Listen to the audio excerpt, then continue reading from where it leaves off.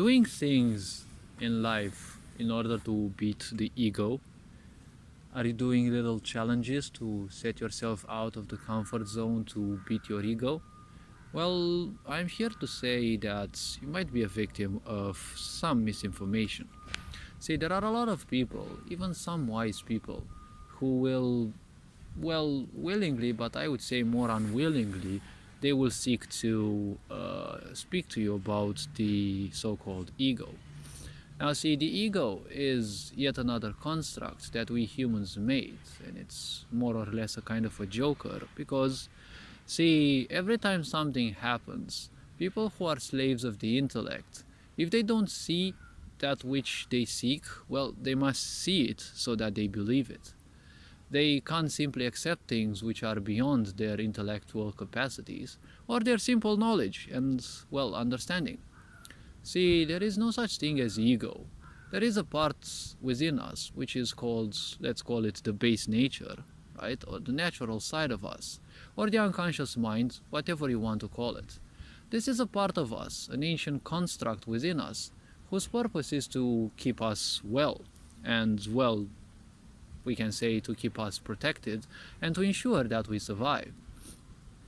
The ego was built by, psychology in the sense that they didn't know what those impulses were, which, well, it's highly typical of the Western world. We don't know much, but we know everything, and when we don't know something, we invent it.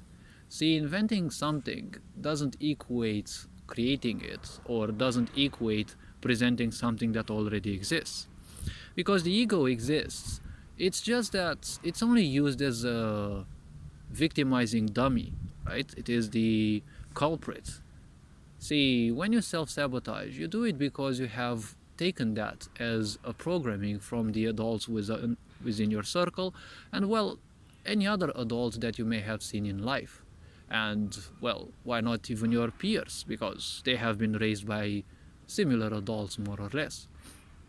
Especially if you live in, well, areas that are represented by poverty or extreme poverty, victimization is something quite common. And you see, Christianity and religion in general always gave people even more reasons to victimize, because when something goes wrong, it's always the fault of the devil, it's always the fault of some demon or whatever other entity that, people invent to justify their failures. See, a failure or a success is something that you create as a meaning. And the moment you create meaning, you also attach to it a lot of unnecessary emotional and psychological baggage, which sooner or later you will have to clean. But the point is, you don't need that much clutter into your mind. Whatever you do, you do. Why you feel down is because for hundreds of years, religions and other such manipulation tools have been telling people that whatever you do is bad, you are never good enough. See, all these are representatives of a narcissistic society. After all, a religion is more or less a narcissistic representative. And, well, if you look at most, if not all, these monotheist religions, they all are represented by a male god. One single god and a male god. Technically, well, the embodiment of how narcissists would see themselves. All-powerful, all-knowledgeable, with a control over everyone, and with a supreme power to simply dictate other people's life and also punish people if they do things wrong. You can also see this in present-day society, especially in the pandemic, when the so-called God society, well, would punish you if you wouldn't do the way they imposed you to do, right? Even if they said it in a, partly friendly way and, hinting to you that that would be the right case, but at the same time, harshly punishing people. But at the same time, also, people were stupid enough to, punish one another.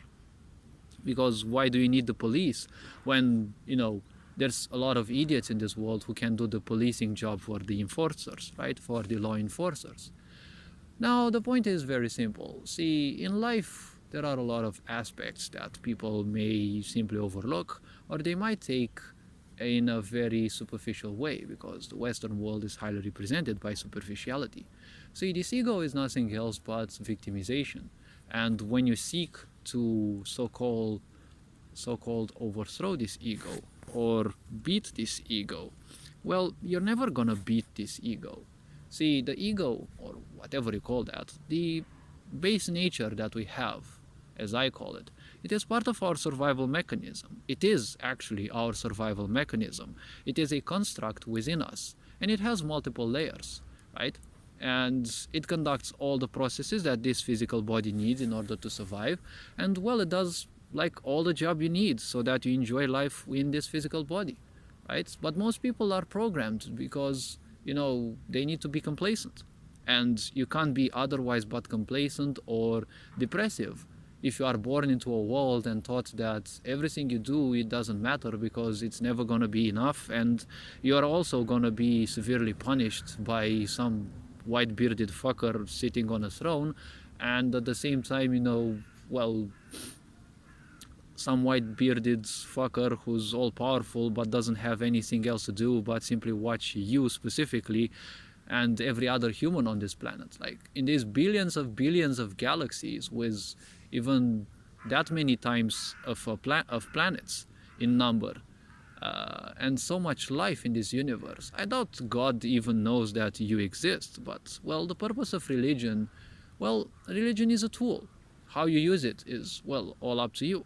Its purpose is to remind you that there is something beyond you, that there is creation, even if it does so in a smaller version compared to, for example, spirituality, which goes beyond physicality and allows you to experience things. Christianity and religions in general remind you that there is creation, but it uses physical objects, right? Representations, right? Pictures and such, even entities.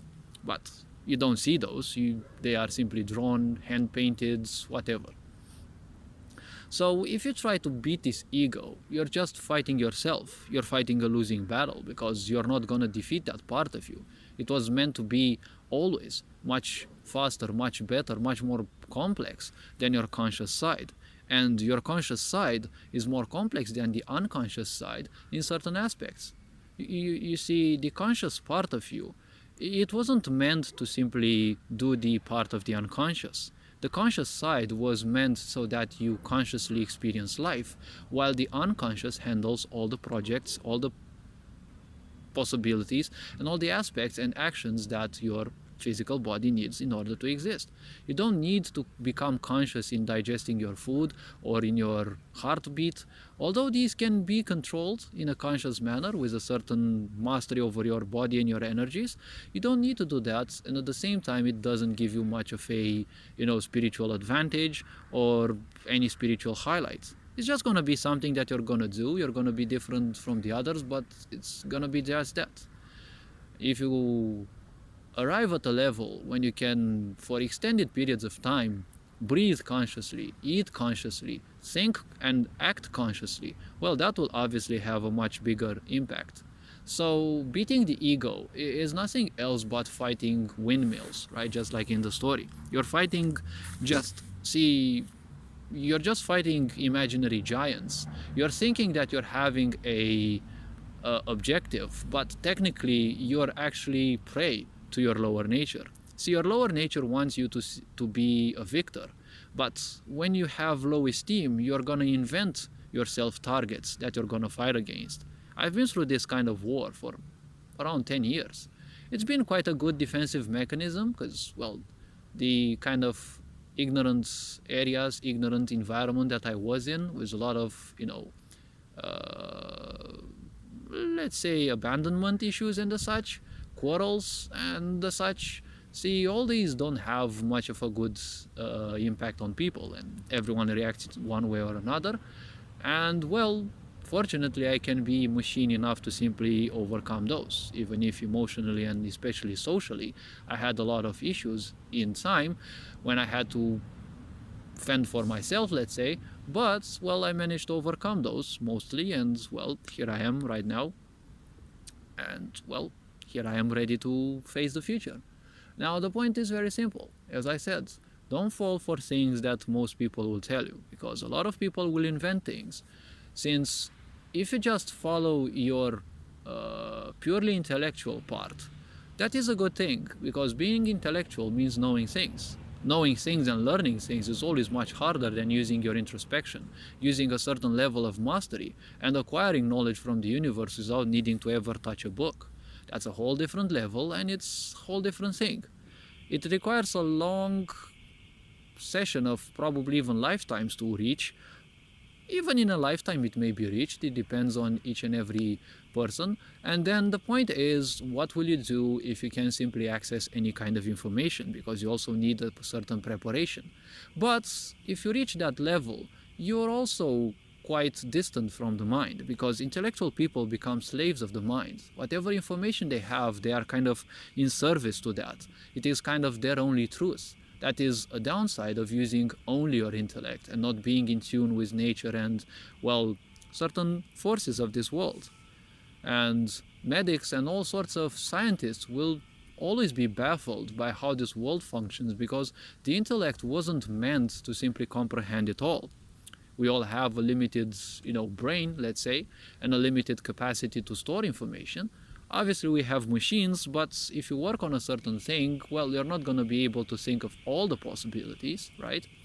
That is why consciousness and awareness of energies and how this world functions and how your inner system functions, well, that's a whole different thing. Now, as I was saying, the point about this ego is it is an invention. It is another dummy, another target practice dummy that people use in order to, propel the guilt, the shame that religion has built within us for, well, dozens of generations. Because when you are born and think that everything is bad, everything you're doing is not good, each and every thought of you is shameful or disgusting or distrustful, no one should be trusted and the such. When you have all these many issues, you're gonna be prone to break down sooner or later. And obviously, if you end up on the victimizing spectrum, well, you'll always be looking for, targets. And, it's always my parents' fault, it's always the politician's fault, it's always someone else's fault. Sure, everyone has their own fault. Even your parents have their fault because they haven't become better, they haven't overcome certain things. But obviously they had their own limitations, and there are all sorts of things depending on how vibrant your mother's body was. A certain type of life energy was capable to come, and you came in your mother's body. And how prone she was to certain things through life, also impacted you. Never forget, the hand that rocks the bed, or the cradle, if you want to call it so, decides the fate of the country. If mothers are abusive, they'll only give birth to to bigger monsters than them. Because a child usually excels at becoming better than their parents. And it's much easier to become something lower, right? To become better at something lower nature, right? It's easier to become more obsessed with something. It's easier to become more destructive in something. It's easier to become more hurt in something. It's easier to invest even more than your parents in your own pains, because you also have their pains and you also have your own pains. And then when you share those with your children, again, and so on and so forth, right? They will have even more pains, and so on and so forth. So it's always easier to fall for the lower nature things. That's why I'm always saying, don't always give too much credit to the mind. The mind is just like a hard drive. You store a lot of information on it, and information is good to a certain point. Make use of it, but don't let yourself be used and consumed by your emotions and your mind. Well, all this being said, you are appreciated. Hopefully this video was introspective enough. Feel free to browse through all my other content that I have on this account. Take care. Ferenc Power signing out.